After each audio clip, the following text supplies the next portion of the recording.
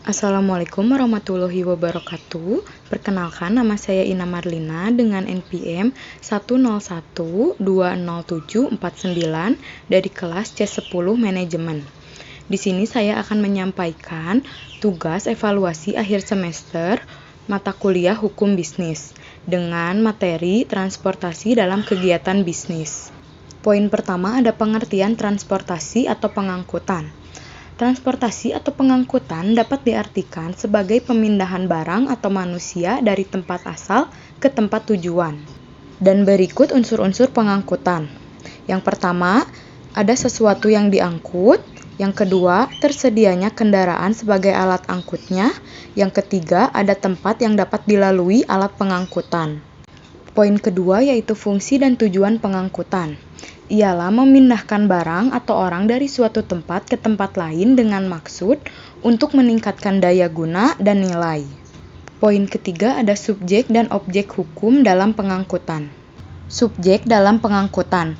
Subjek hukum adalah segala sesuatu yang memiliki hak dan kewajiban dalam lalu lintas hukum. Subjek hukum merupakan peraturan hukum yang dihubungkan dengan seseorang berdasarkan hak dan kewajiban dalam lalu lintas hukum.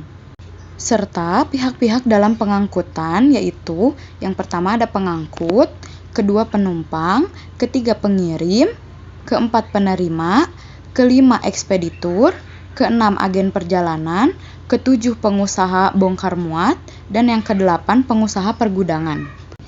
Yang kedua, objek dalam pengangkutan. Yang pertama, barang muatan adalah barang yang sah dilindungi oleh undang-undang. Yang kedua, alat pengangkut adalah alat yang digunakan untuk mengangkut barang atau penumpang. Alat angkut misalnya seperti kapal, kereta api, bus, mobil barang, dan pesawat. Yang ketiga, biaya angkutan adalah sejumlah uang yang harus dibayarkan kepada pengangkut atas jasanya yang telah mengangkut barang atau penumpang. Poin keempat yaitu 5 prinsip tanggung jawab pengangkut. Yang pertama, tanggung jawab praduga bersalah. Selalu bertanggung jawab atas setiap kerugian yang timbul pada pengangkutan yang diselenggarakannya.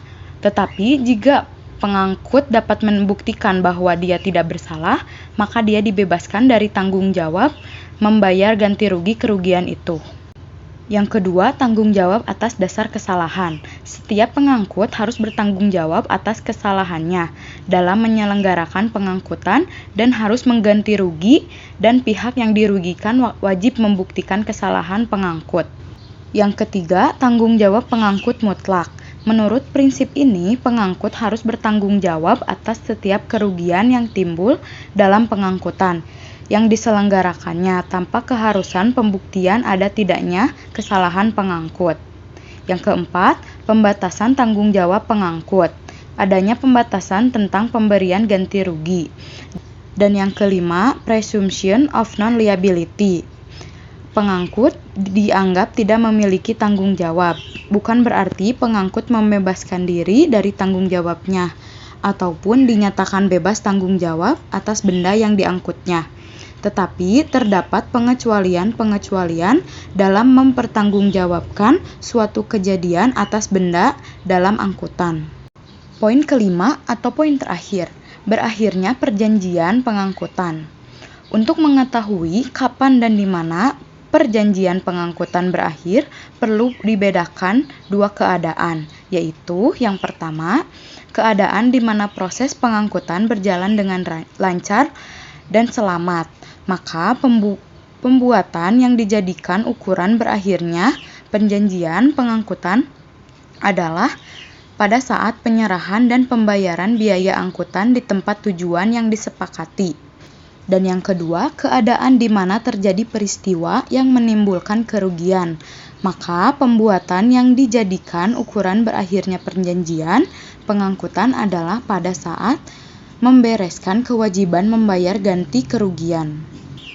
Sekian materi yang dapat saya sampaikan. Mohon maaf bila ada kesalahan. Terima kasih. Wassalamualaikum warahmatullahi wabarakatuh.